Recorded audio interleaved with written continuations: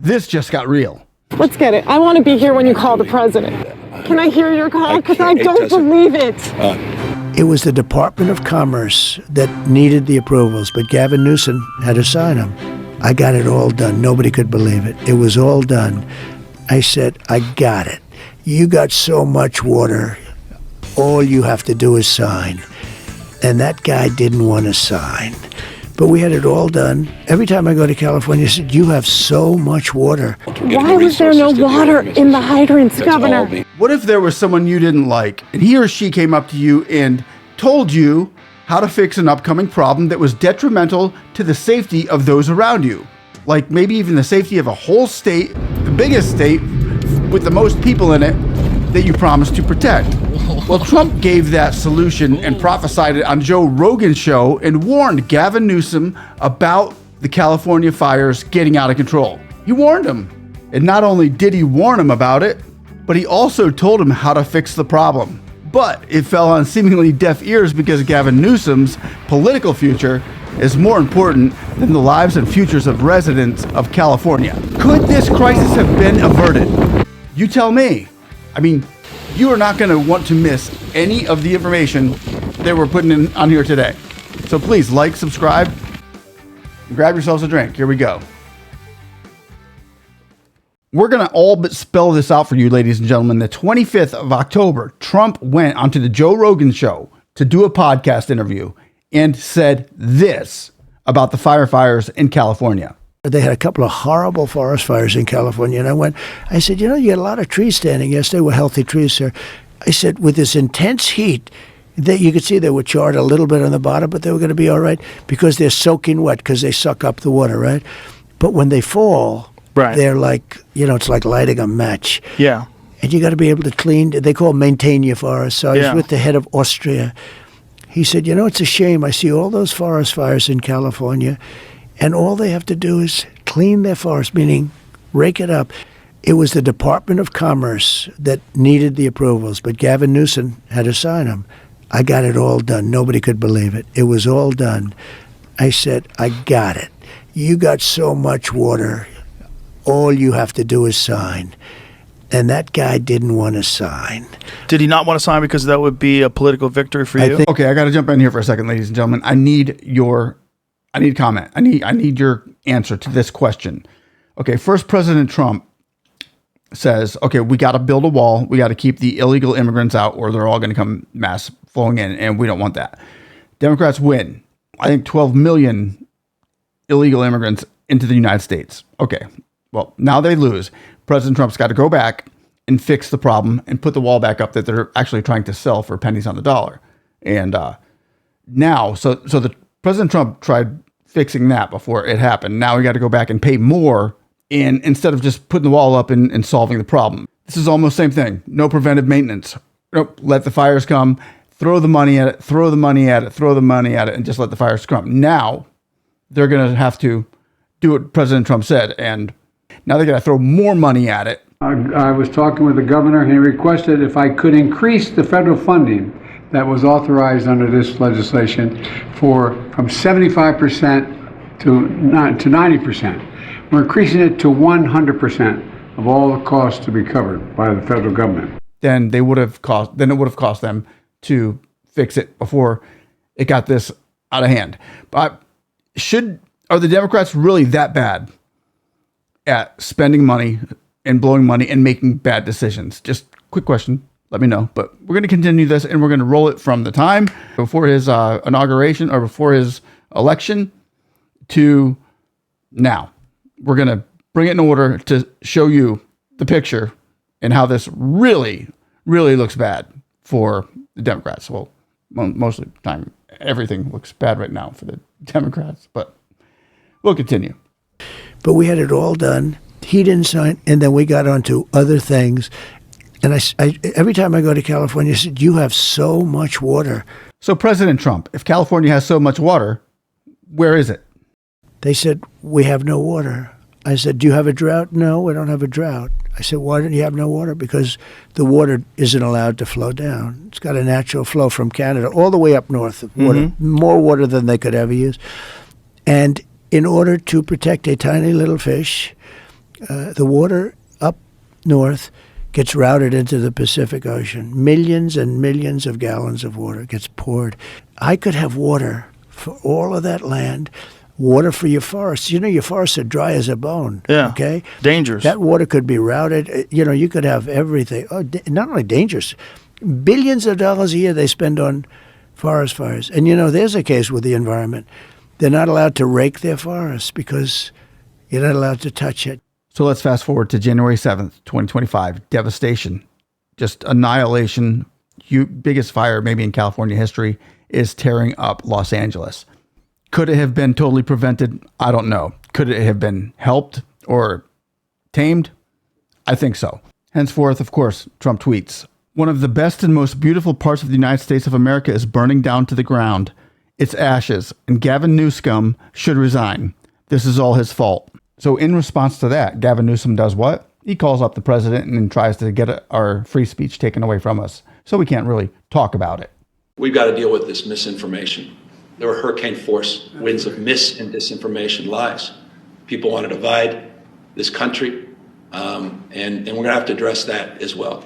And it breaks my heart as people are suffering and struggling that we're up against those hurricane forces as well. And that's just a point of personal privilege that I share that with you because it infects real people that are out there, people I meet every single day, people the mayor's been meeting with, and they're having conversations that are not the typical conversations you'd have at this time. And you wonder where this stuff comes from.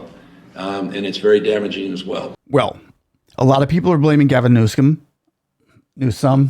My bad. A lot of people are blaming Gavin Newsome, but a lot of people are blaming the mayor, and a lot of people are blaming the fire chief. So let's start with the baby here.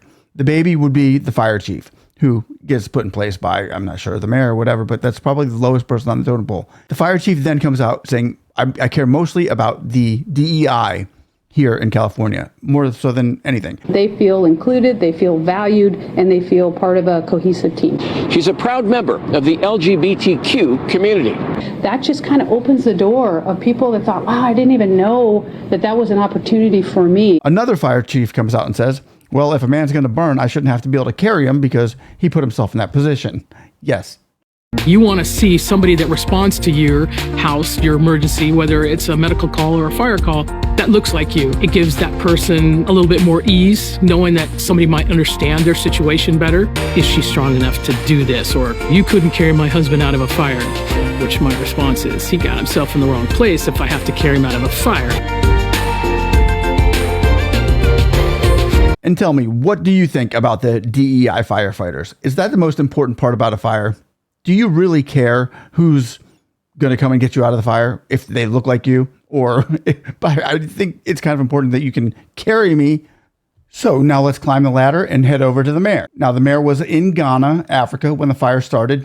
No big deal. People were a little bit upset that she wasn't in Los Angeles. However, she was being accused of declining or limiting the budget $17 million from the fire department. Check this out. Do you owe citizens an apology for being absent while their homes were burning? Do you regret cutting the fire department budget by millions of dollars, Madam Mayor?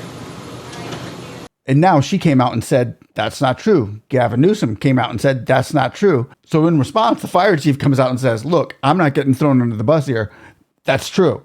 She declined the money. Throw her under the bus. Or he declined the money. Throw him under the bus. I'm just a little fire chief. So now they're starting to turn against each other. Check this out. Let me be clear. The $17 million budget cut and the elimination of our civilian positions like our mechanics did and has and will continue to severely impact our ability to repair our apparatus. So with that, we have over 100 fire apparatus out of service. And having these apparatus in the proper amount of mechanics would have helped. And so it did absolutely negatively impact. With that, I have also requested multiple budgets, interim budgets, to show how understaffed, under-resourced, and underfunded the LEFD is. I was also directed to develop a plan as part of a budget reduction exercise, and that could equate to $48.8 million. And I rang the bell that these additional cuts could be very, very devastating for our ability to provide public safety. So they're turning on each other, ladies and gentlemen. They're just turning on each other. Now we go from the fire chief is in trouble, the mayor is getting in trouble by the fire chief, and the governor's getting the mayor in trouble. Now the mayor's getting the governor in trouble. Now the governor gets the president in trouble. How does that work? Well, let's hit the governor now. He was just cornered by a civilian. Governor, you got a second?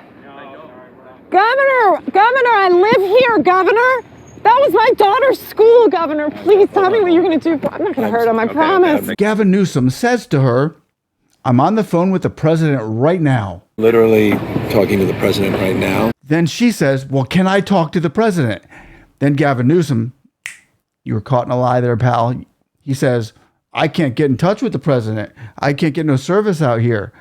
To specifically answer the question of what we can do for you and your daughter. Can I hear it? Can I hear your call? Because I don't believe it. I'm sorry. There's literally, I've tried 5 times. That's why I'm walking around to make the call. Why is the president not taking your call? Because it's not going through. So Why? I have to get cell service. Now, I don't want to be accused by Gavin Newsome to be giving away any misinformation, because that right there is just horrible, right? I'm going to let the clip play exactly, just straight through, so you can see that where I cut it was literally, I let it play, I cut it in sync. So Gavin Newsome here, watch this. He just straight out lied. And then when he tries to cover himself, look how smooth he is with it. Well, I just right here, I'm trying to get in touch with him. He's good at this. Anyway, let me let this play out and you tell me. That was my daughter's school, Governor. Please tell me what you're going to do. I'm not going to hurt him, I promise. I'm literally talking to the president right now to specifically answer the question of what we can do for you and your daughter. Can I hear it? Can I hear your call? Because I don't believe it. I'm sorry. There's literally, I've tried 5 times. That's why I'm walking around to make the call. Why is the president not taking your call? Because it's not going through. So Why? I have to get cell service. So let's get it. Let's get it. I want to be here when you call the president. I appreciate it. I'm doing that right now. And it's to immediately get reimbursements, individual assistance, and to help you. I'm devastated for you. I'm so sorry, especially for your daughter. I have 4 kids. Losing the school. Everyone who went to school there, they lost their homes. They lost. So literally, he lied right there. But, okay, that's beside the point. Even though he lied, I don't know why anybody didn't pick up on that, because I thought that'd be a clip all around everywhere. But it's not. You got it here. Now, she goes on to push him. Where's the water? Why don't we have any water? Where's the water? Why don't we have any water? And the only thing I can say is, you should have signed the papers that Donald Trump gave you, boss. 2 homes because they were living in one and building another. Governor, please tell me, what are you going to do with the president right now? We're getting the resources to help rebuild. Why was there no water in the hydrants, Governor? That's all literally. Is it going to be different next time? It has to be. The natural flow from Canada all the way up north of water, more water than they could ever use. And in order to protect a tiny little fish, the water up north gets routed into the Pacific Ocean. Millions and millions of gallons of water gets poured. I could have water for all of that land. Has to be, of course. What are you going to do? I'm doing to fill the hydrants. I would fill them up personally. You know that. I literally have. I would fill up the hydrants myself. I understand. But would you do that? I would do whatever I can. But you're not. I see do you know there's water dripping over there, Governor? There's water coming out there. You can use it. I appreciate it. I'm going to make the call to address everything I can right now, including making sure people are safe. I'd like to make sure you do. Can I have an opportunity to at least tell people you're doing what you're saying you're doing? Nobody could believe it. It was all done. I said, I got it. You got so much water. All you have to do is sign. And that guy didn't want to sign. This is a true tragedy, and it's a mistake of the governor, and you could say the administration. They don't have any water.